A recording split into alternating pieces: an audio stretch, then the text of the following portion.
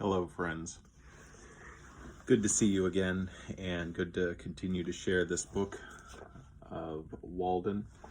And I'm going to be reading from this copy that my friend Joe Boyle, little shout out, got me for maybe my birthday a couple of years ago. It's really excellent because, as you can see, it's really well illustrated.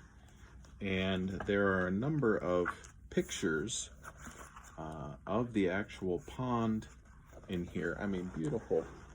You see that? Beautiful pictures of Walden Pond, and they're in Concord, Massachusetts.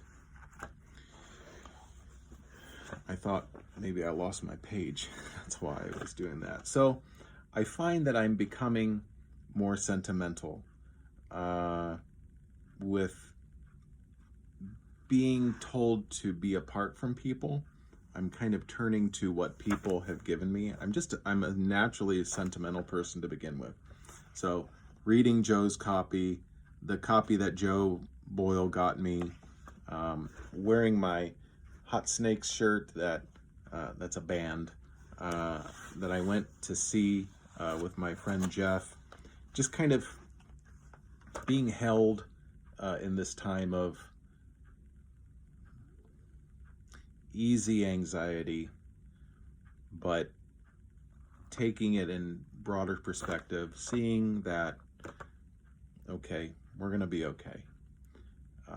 And I hope that you sense that, and that's what your spirit is sensing, in this time. And that it's okay to feel anxiety, it's okay to be fearful, but to not let that rule your actions.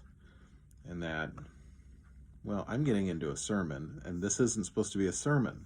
This is supposed to be the third installment of Solitude, the chapter in the book of Walden, written by Henry David Thoreau. And if I don't get to this is probably going to be the longest session. I'm looking at that timer, and we're going to be well into the 15-minute range, and I want to respect your time. I'm going to read the last verse, or the last sentence that I read there on part 2. Confucius says truly, virtue does not remain as an abandoned orphan. It must of necessity have neighbors. Try and turn the book here so I'm looking straight on. With thinking we may be beside ourselves in a sane sense. By a conscious effort of the mind, we can stand aloof from actions and their consequences, and all things, good and bad, go by us like a torrent. We are not wholly involved in nature. I may be either the driftwood in the stream or Indra in the sky looking down on it. I may be affected by a theatrical exhibition, on the other hand. I may not be affected by an actual event which appears to concern me much more. I only know myself as a certain entity, the scene, so to speak, of thoughts and affections, and am sensible of a certain doubleness by which I can stand as remote from myself as from another. However intense my experience, I am conscious of the presence and criticism of part of me, which, as it were, is not a part of me, but a spectator, sharing no experience, but taking note of it.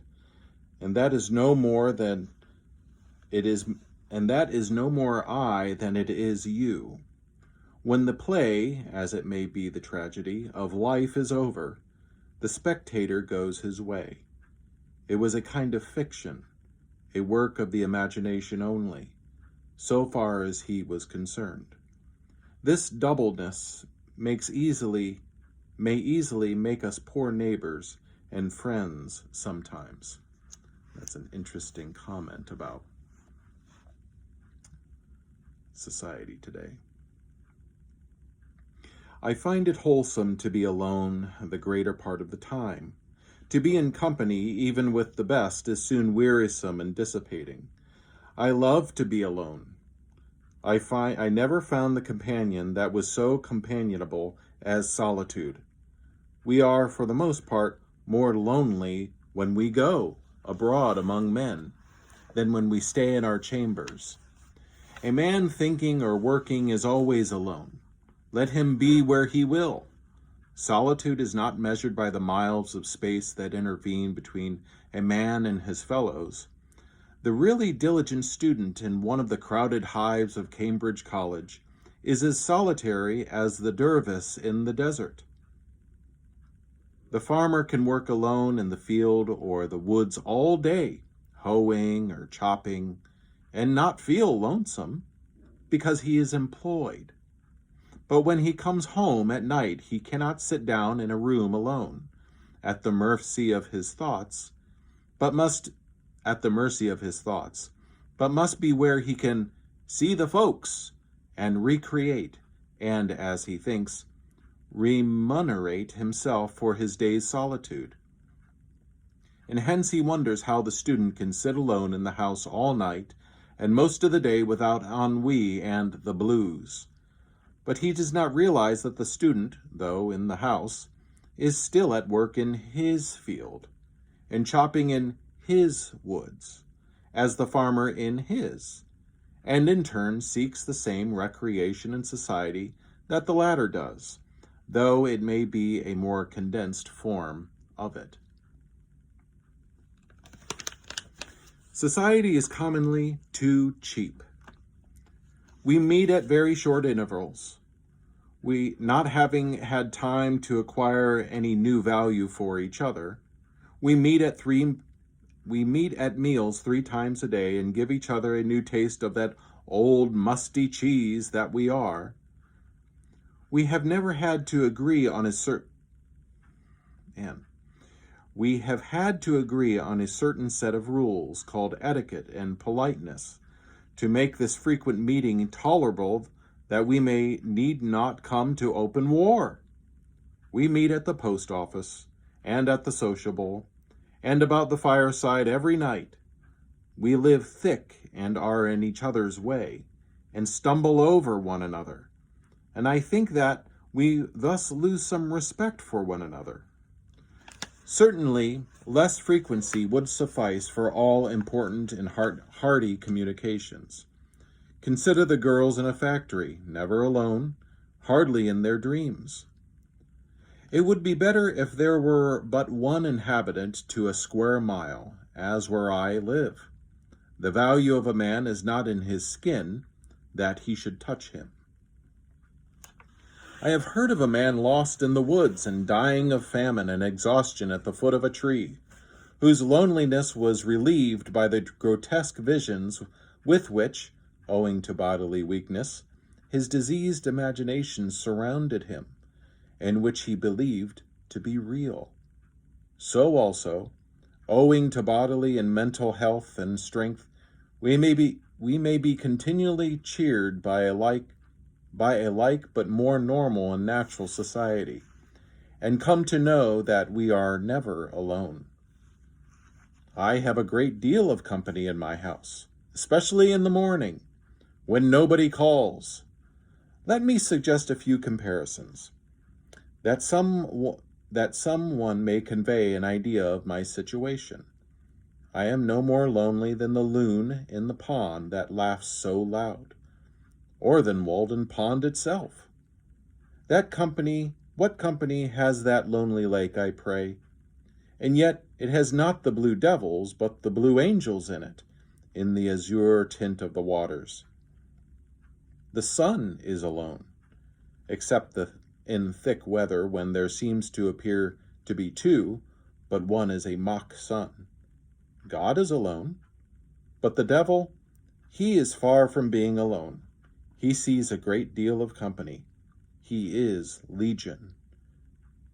I am no more lonely than a single mullein or dandelion in a pasture, or a bean leaf, or sorrel, or horsefly, or a bumblebee, I am no more lonely than the millbrook, or the weathercock, or the north star, or the south wind, or an April shower, or a January thaw, or the first spider in a new house.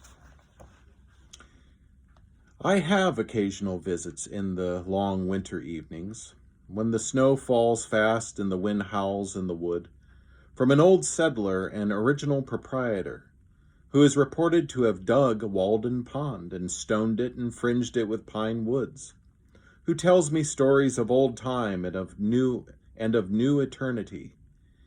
And between us we manage to pass a cheerful evening with social mirth and pleasant views of things, even without apples or cider.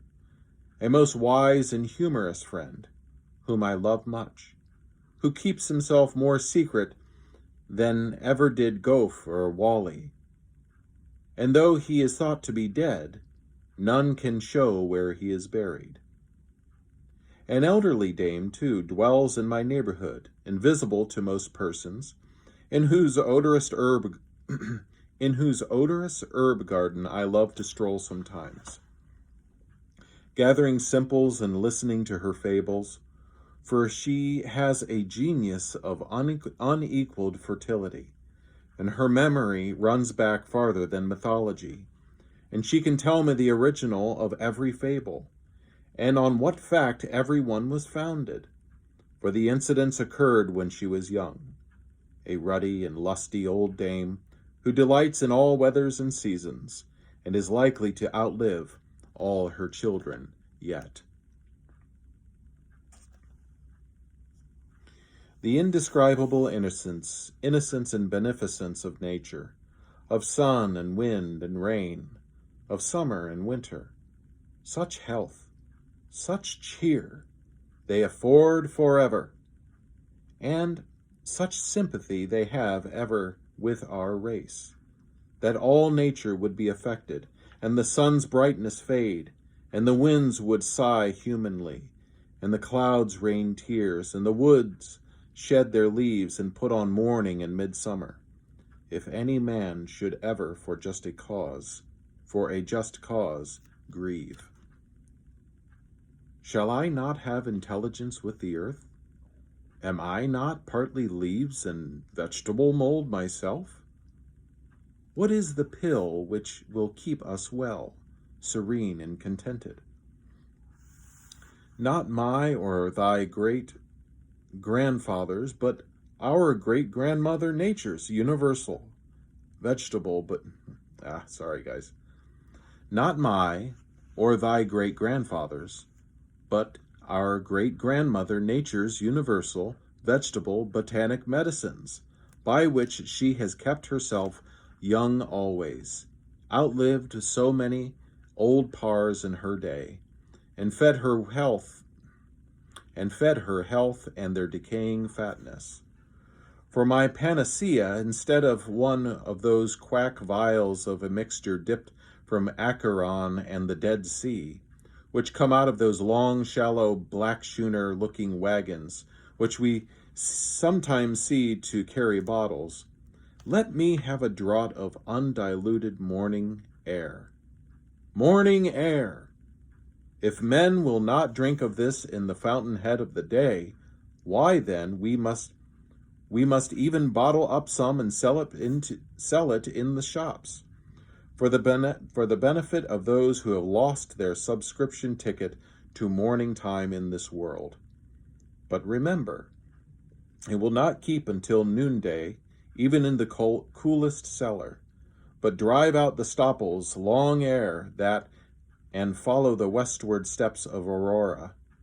I am no worshipper of the Hygeia, who was daughter of that old herb docker Asclepius, and who is represented on monuments holding a serpent in one hand, and in the other cup out of which the serpent sometimes drinks, but rather of Hebe, cupbearer to Jupiter, who was the daughter of Juno and wild lettuce, and who had the power of restoring gods and men to the vigor of youth. She was probably the only thoroughly sound-conditioned, healthy, and robust young lady that ever walked the globe. and wherever she came, it was spring. Whew. There is a picture here of Walden Woods in this edition. Now, back about probably 12 years ago now, Megan and I, we drove from Cleveland, Ohio to Raynham, Massachusetts, and Megan surprised me on that trip with a trip to Walden Pond and Concord, Massachusetts. And so I got to see where this pond was, and I remember going there, and what I remember most was there was someone swimming across the pond, and it's called a pond, but I think in Ohio we would call it a lake. It's a small lake, and I remember seeing someone swimming there, and I thought, how cool is that? I would like to do that. I still might do it sometime when we get back there. Yeah, reading Thoreau, his writing style is very colorful. It goes in trajectories that normal writing doesn't tend to go. So whenever I'm reading it aloud, as you can see, sometimes I get tripped up. But that's okay. I think when we try to read aloud some of the older American writings, you're going to kind of approach a way of not just writing, but a way of thinking. Sometimes I'm reading this and I think, who thinks like this anymore? Or who would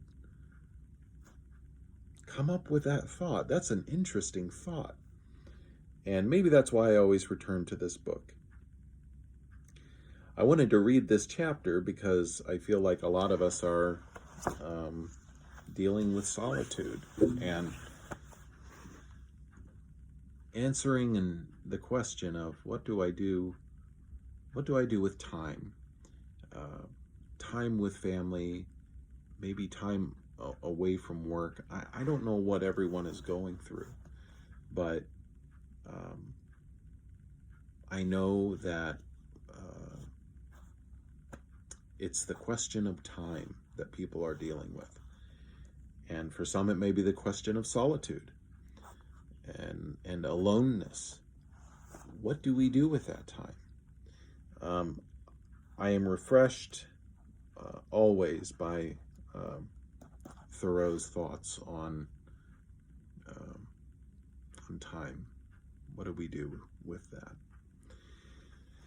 All right, guys. Well, that concludes this chapter. I see that my time here this is the longest video, and I was going to try to wrap it up in 15 minutes, but no way. So I'm just going to have to stop paying attention to that. I'm glad for those of you who have taken the time to listen through this book. And as you can see, there's kind of a title of these videos. I'm calling it Mark's Bookmarks. Where's my bookmark at right now? What am I reading? And I'll try to continue to add to this in time. Right now, I don't have a next book, but I'm sure it won't stay that way. Okay, dear friends,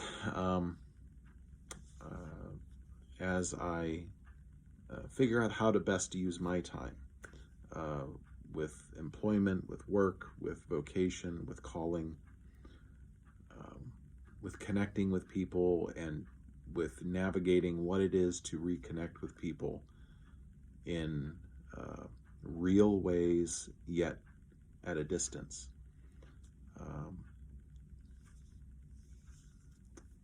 I'm glad that you're on this journey with me, and that we can discover that and share that together. Until next time, dear friends, take care, peace and agape to you.